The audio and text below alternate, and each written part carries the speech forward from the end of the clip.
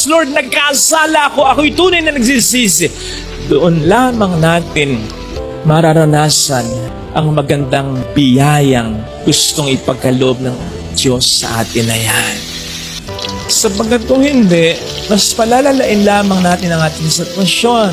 Kasama ng sitwasyon ng mga nakapaligid sa atin. Dalaan po natin, sa tuwing tayo gumagawa ng maganda, hindi lamang tayo ang pinagpapala, kundi ang iba, lalong-lalo na ating pamilya.